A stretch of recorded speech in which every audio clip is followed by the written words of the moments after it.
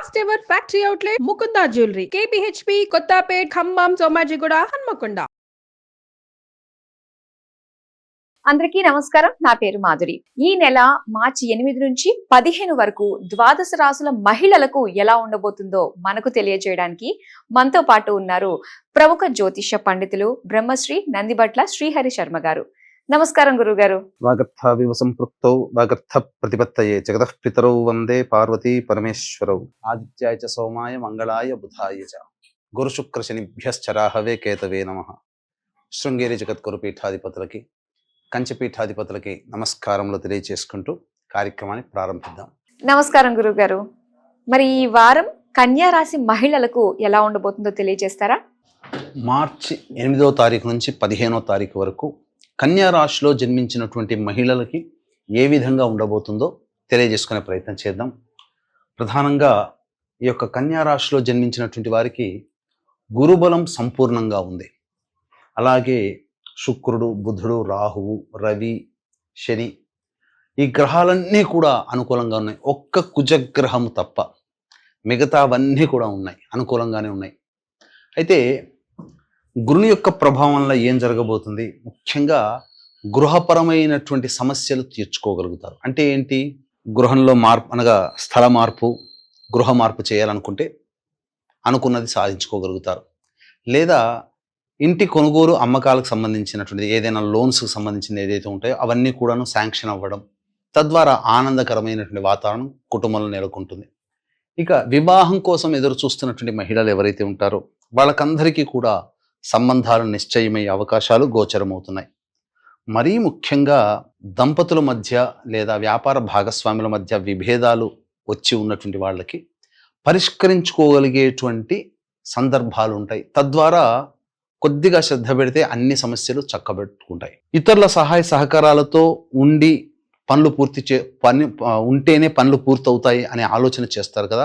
ఎదురు చూస్తున్నటువంటి వ్యక్తుల నుంచి సహాయ సహకారాలు అందడం, తద్వారా మీరు అనుకున్నటువంటి పనులని పూర్తి చేసుకోవడం జరుగుతుంది. ఇది గురుగ్రహ ప్రభావంలో మీకు జరిగేటువంటి అనగా ముఖ్యంగా సంతృప్తి, సంతోషం వేరు, సంతృప్తి వేరు. సంతృప్తిగా ఉంటారు. ఇక నిరుద్యోగ మహిళలు ఎవరైతే ఉన్నారో వాళ్ళకి 15వ తారీఖు లోపల ఆలస్యం చేయకుండా ఉద్యోగ ప్రయత్నాలు చేయండి. తప్పకుండా నిరుద్యోగస్తులకి ఉద్యోగం లభిస్తుంది. అలాగే వేరే సంస్థలలో ఏదైనా ఉద్యోగం కోసం ప్రయత్నం చేయాలి అనుకునేటువంటి మహిళలు ఎవరైతే ఉంటారో వాళ్ళు కూడా ప్రయత్నం చేస్తే ఖచ్చితంగా మీ ఫేవర్గానే మీకు వార్తలు వస్తాయి. అలాగే ప్రభుత్వముతో లావాదేవీలు నడిపేటువంటి మహిళలు లేదా ప్రభుత్వపరముగా సహాయ సహకారాలు ఎదురు చూసేటువంటి వాళ్ళు, ప్రభుత్వ రంగంలో పనిచేసేటువంటి మహిళలు ఎవరైతే ఉంటారో వాళ్ళకందరికీ కూడాను సంతృప్తికరమైనటువంటి వాతావరణం ఉంటుంది. ఆశించిన మేర శుభ ఫలితాలు పొందుతారు. పెండింగ్లో ఉన్న బిల్స్ పాస్ అవ్వడము, అలాగే ధనము, సహాయ సహకారాలు లబ్ధి చేకూరడము, లేకపోతే ప్రమోషన్స్ సంబంధించిన వాటిట్లో అనుకూలంగా ఉండడము జరుగుతుంది. ఇక ప్రధానంగా ఏదైతే ఉంటుందో ముఖ్యంగా అంటే పెండింగ్లో ఉన్నటువంటి పనులన్నీ పూర్తి చేసుకోగలుగుతారు. ముఖ్యంగా మీ మాటకి విలువ పెరుగుతుంది. ఒక రకంగా చెప్పాలి అంటే గతంలో కంటే కాస్త కాంతివంతమైనటువంటి తేజస్సుతో కలిగినటువంటి శరీరాన్ని పొందుతారు. అంటే మీ శరీరంలో మార్పును చూసి ఎదుటి వాళ్ళే ఏంటి ఈ మధ్య చాలా చేంజ్ కనబడుతుంది అనే మాటలు తరచూ మీరు కుటుంబంలో కానీ మీ ఫ్రెండ్ సర్కిల్లో కానీ వింటారు. అంటే కొంత కళ అనేటువంటిది శరీరంలో పెరుగుతుంది. తద్వారా ఆకర్షణ, ఎదుటి వాళ్ళని మీరు అంటే మీ మాటలే ఎదుటి వాళ్ళు ఆకర్షితులవుతారు. తద్వారా మీ మంచితనం వలన, మీ మాటల వలన ఆకర్షణ పెరుగుతుంది. తద్వారా అన్ని రంగాల్లో ఉన్నటువంటి వాళ్ళకి మంచి జరుగుతుంది. కాకపోతే ఎన్ని ఉన్నా అల్లున్నట్లో శని అన్నట్టు చంద్రుడికి ఒక మచ్చ అన్నట్టుగా ఒక్క కుజుడు మాత్రము మీకు ఇప్పటి వరకు చెప్పినటువంటి యోగాలు ఏవైతే ఉన్నాయో అవన్నీ ఆ కుజుడు మాత్రం మింగేస్తాడు.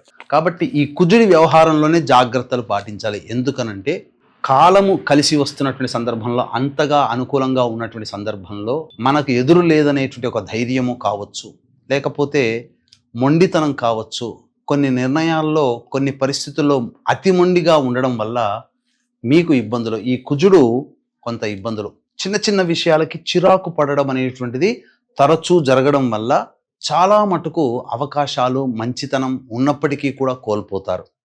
కాబట్టి ఏమీ లేదు, తొందరపాటు నిర్ణయాలు తీసుకోకండి. అలాగే ప్రధానంగా మీ ఆరోగ్యం పట్ల శ్రద్ధ వహించాల్సినటువంటి పరిస్థితి. అన్నిటికంటే మించి దుందుడుకు స్వభావం అనేటువంటిది పనికి రాకుండా చూసుకోవాలి. దుందుడుకు స్వభావం పనికిరాదు.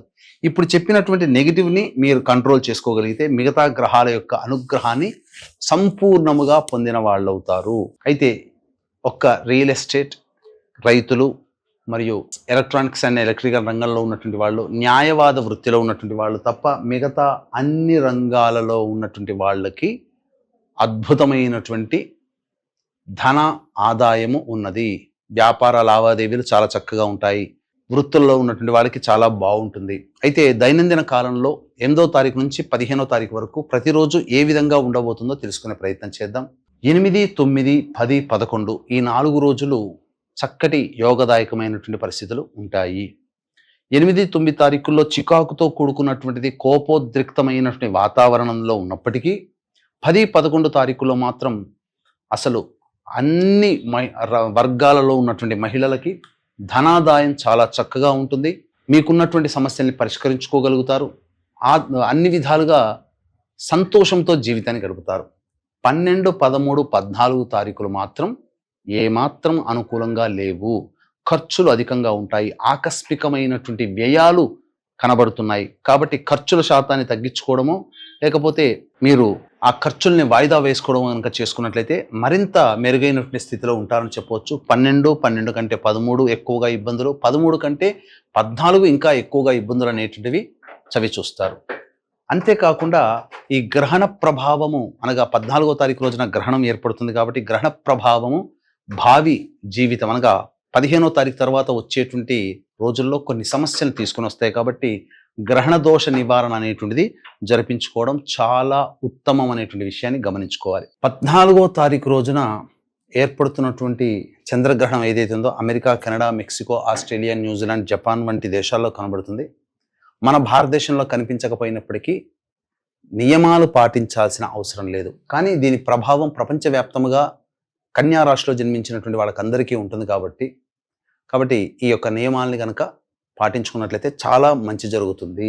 ఎందుకంటే 14వ తారీఖు తర్వాత కన్యా రాశిలో జన్మించినటువంటి మహిళలకి కొన్ని సమస్యలు అనేటువంటివి అంచెలంచెలుగా పెరుగుతూ ఉంటాయి.